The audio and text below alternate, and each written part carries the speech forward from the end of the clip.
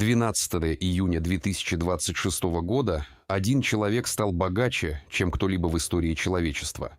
Илон Маск перешагнул отметку в 1 триллион долларов. Но если ты попросишь его прямо сейчас перевести тебе хотя бы миллиард, он, скорее всего, не сможет сделать это просто так. И это не шутка. Давай разберемся, что именно произошло 12 июня 2026 года и почему триллион долларов – это совсем не то, чем кажется на первый взгляд.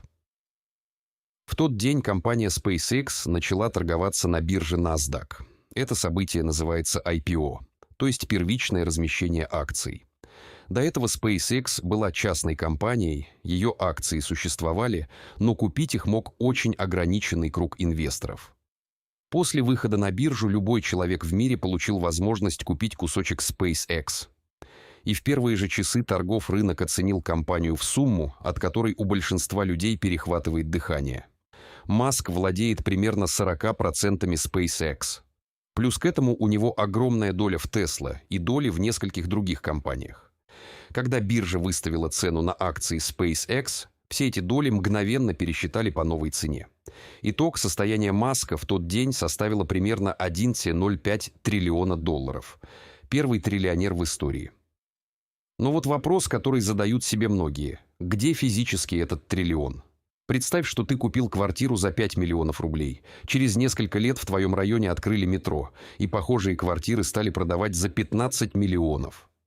Ты стал богаче на 10 миллионов. По бумагам, да. Но в твоем кармане пока ноль. Деньги появятся только в тот момент, когда ты продашь квартиру. До этого у тебя есть актив с ценой, но не наличные. Именно так устроено то, что экономисты называют бумажным богатством. Состояние Маска – это в основном рыночная стоимость его пакетов акций. Tesla, SpaceX, другие компании. Каждый день биржа пересчитывает цену этих акций, и его состояние меняется вместе с этой ценой. В хороший день он может разбогатеть на десятки миллиардов, в плохой столько же потерять. Кстати, если тебе нравится такой формат, подпишись на канал и поставь лайк. А теперь вернемся к главному. В марте 2020 года, во время обвала рынков, Маск за несколько недель потерял на бумаге больше, чем ВВП некоторых государств. Потом все вернулось и выросло еще больше. Реальными деньгами эти активы становятся только при продаже. Но продать акции на триллион долларов – это совсем непросто. Во-первых, рынок не может мгновенно поглотить такой объем. Если один человек начинает продавать огромное количество акций, цена немедленно падает. То есть сам факт продажи уменьшает богатство, которое ты пытаешься продать. Во-вторых, с каждой продажи нужно платить налоги, часто очень большие. В-третьих, в крупных компаниях владельцы обычно ограничены специальными соглашениями о том, когда и сколько они могут продавать. Вот почему богатейшие люди мира часто живут в долг.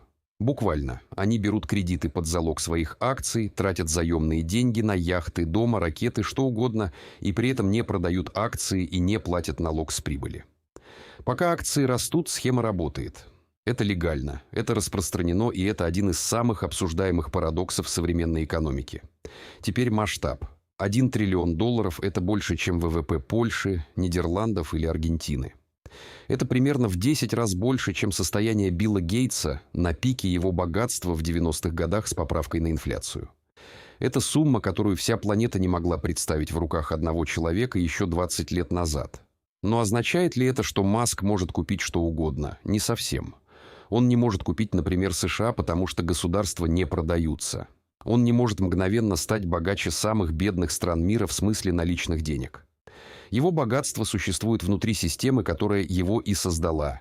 И биржа, инвесторы, регуляторы, и рынок в целом могут в один день переписать эту цифру. Именно здесь начинается по-настоящему интересный вопрос. Не о Маске, а о самих деньгах. Деньги всегда были договоренностью. Бумажная купюра стоит столько, сколько все вокруг согласны, что она стоит. Акция компании стоит столько, сколько инвесторы готовы за нее заплатить прямо сейчас. Квартира стоит столько, сколько покупатель согласен отдать в конкретный момент. Состояние Маска 1 триллион долларов – это коллективная оценка миллионов людей по всему миру, которые каждый день решают, сколько стоит Tesla и сколько стоит SpaceX. Это не значит, что богатство не настоящее. Оно очень настоящее. Оно дает власть, влияние, доступ, возможности.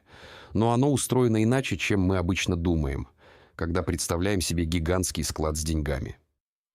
Первый триллионер в истории появился не потому, что кто-то напечатал триллион купюр и передал их одному человеку. Он появился потому, что рынок, то есть миллионы людей, одновременно решил, что компании, которыми владеет этот человек, стоят именно столько. И пока это решение не изменится, триллион существует. Не в сейфе, не на счете. В коллективном согласии людей о том, чего стоит будущее. Не забудь подписаться на канал, поставить лайк и включить колокольчик. До встречи в новых видео.